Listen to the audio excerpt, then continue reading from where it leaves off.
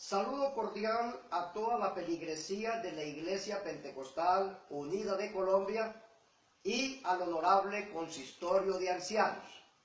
Les habla el pastor Jorge Caicedo. Quiero dirigirme a toda la iglesia en Colombia y muy en especial al consistorio de ancianos y al representante legal de la iglesia, nuestro obispo presidente Álvaro Torres. Queriendo y procurando lo mejor para la iglesia, me he visto en la necesidad de poner en conocimiento de todos los hermanos la situación a la que he sido sometido arbitrariamente por un procedimiento irregular generado por los oficiales del Distrito 9, algunos de la vigencia pasada y otros de la vigencia presente. Procedimiento fecundado por el consistorio de ancianos, quienes no han procedido ni juzgado correctamente. Soy pastor ordenado de la Iglesia Pentecostal Unida de Colombia, con 20 años de ministerio pastoral. He desempeñado mi ministerio pastoral en el departamento de Antioquia, y a raíz de una injuria, he sido sometido al despojo de mi investidura pastoral. Tal injuria ha desdibujado mi imagen de tal manera que aún algunos compañeros de ministerio y algunos creyentes, sin conocer la verdad del asunto, refieren vejaciones en nuestra contra. Yo me pregunto, ¿cómo es posible que los oficiales se confabulen con gente impía para generar chismes, injurias y calumnias y sean capaces de exponer a un pastor a amenazas de muerte? Fuimos arrojados a la calle y sometidos a amenazas de muerte en mi contra, en el lugar donde administraba y donde se generó la injuria. Ese día domingo que yo hice mi última escuela dominical en ese municipio, por medio de un diácono anciano, me llegó un recado de amenaza de muerte con palabras puestas en la boca de aquel anciano. ¿De qué bando? No sé. Y de hecho, al amanecer del día lunes, siendo aproximadamente la 1 de la mañana, llegaron 3 hombres armados y rodearon nuestra casa con el fin de ultimarme afuera. Reaccionando, nosotros, invocando poderosamente el nombre de Jesucristo, en medio del pavor y la angustia, y mientras invocábamos frenéticamente el nombre del Señor, aquellos delincuentes huyeron como si hubieran visto algo terrorífico. Ante esto, me dirigí a la ciudad de Medellín y procedí ante la justicia, dando a conocer a la Fiscalía General de la Nación la irregularidad con la cual procedieron los directivos del Distrito 9, no sin antes acudir al consistorio de ancianos, quienes dilataron el proceso, mientras en la Fiscalía General de la Nación cursaba y cursa el proceso de demanda. Yo le pregunto a usted, hermano Álvaro Torres, con mucho respeto, ¿es justo que a un pastor se le prive de ejercer su derecho pastoral por una injuria? Siendo que la injuria constituye un delito según la ley 599, artículo 220, 221 y 222 del Código Penal, ¿por qué no han tomado las medidas necesarias y disciplinarias contra los señores Bernardo Serna, Manuel Tavares, Rubén Román, Eduard Taborda y Rubén Pozo? Sino que se han confabulado, asintiendo el atropello de estos señores en mi contra, concertando con ellos en su decisión. ¿Acaso no constituye eso un delito que se llama concierto para delinquir? Sí, Cuando dos o más personas se ponen de acuerdo para injuriar o para referir injuria proferida por otros y secundan esa injuria como una verdad, es un delito.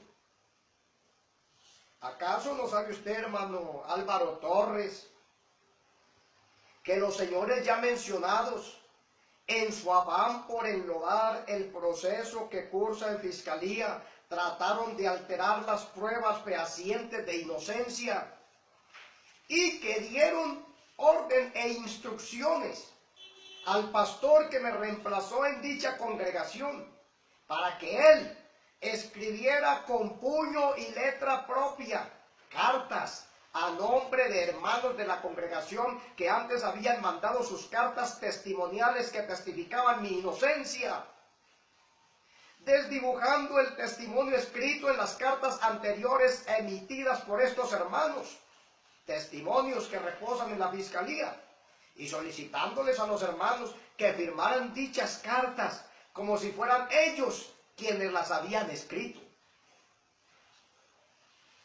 ¿Acaso eso no constituye un delito que se llama obstrucción de pruebas y obstrucción a la justicia? ¿Sabía usted, hermano Álvaro Torres, que el hermano Freddy Monsalve, encargado de recibir la correspondencia que llega a Secretaría General para el Consistorio, escondió todos los documentos probatorios de inocencia que yo le entregué y que los tuvo escondidos por más de 2 meses? ¿Con qué fin? ¿Quién hay detrás de todo esto en mi contra? ¿Quién de los oficiales o del consistorio dio la orden a Freddy Monsalve para que éste escondiera o retuviera los documentos probatorios de inocencia y así la apelación no surtiera su efecto en el tiempo que la ley lo contempla? Quiero que toda la iglesia sepa. Yo siempre he manifestado mi sentir en una conciliación, en un arreglo. Al hermano Jorge Cristancho, quien era miembro del consistorio en la vigencia pasada, se lo manifesté una y otra vez. No es mi interés agravar la institución con esa demanda que cursa en fiscalía. Yo siempre manifesté olvidar la situación después de que haya retractación y restitución ministerial, que es lo más justo y correcto. E inclusive me sostengo en mi posición. Si hay reconocimiento en que hubo un procedimiento irregular y se me restituye mi derecho pastoral, estoy dispuesto a olvidar el caso y a levantar los cargos.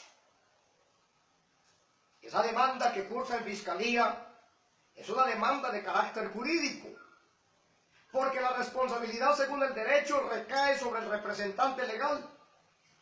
Así que esto afectaría a la institución como tal y puede afectar también su personería jurídica por el hecho de vulnerar los derechos constitucionales que como ciudadano me otorga mi nación y que me los han vulnerado.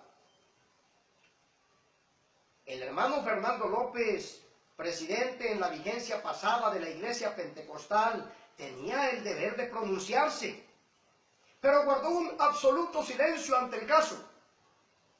¿Por qué no se pronunció, hermano Fernando López? ¿Por qué esquivó el proceso?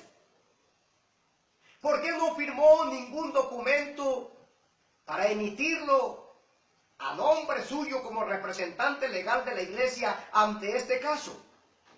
Sino que guardó un absoluto silencio. Al hermano Jorge Campuzano, como fiscal nacional, se le notificó de la irregularidad. ¿Por qué no hizo su gestión, hermano Jorge Campuzano? Y al fiscal distrital, al hermano Francisco Javier Martínez, ¿por qué lo declararon impedido para hacer mi defensa ante ustedes, honorable consistorio? ¿Cree usted, hermano Álvaro Torres, que por el hecho de un ciudadano acudir en defensa de sus derechos, esto lo haga inapto para ejercer su cargo pastoral como ministro de culto de la Iglesia Pentecostal Unida de Colombia? Pues déjeme decirle, mi hermano, que esto es lo que manifiesta el documento emitido por la abogada, que dice haberlos representado a ustedes o a los oficiales, procurando dislocar el proceso. Refiere lo siguiente: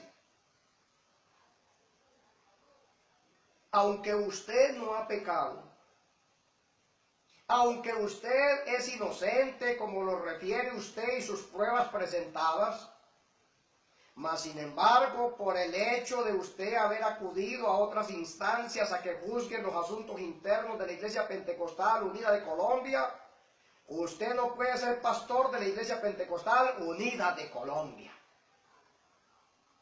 ¿Acaso no constituye eso otro delito?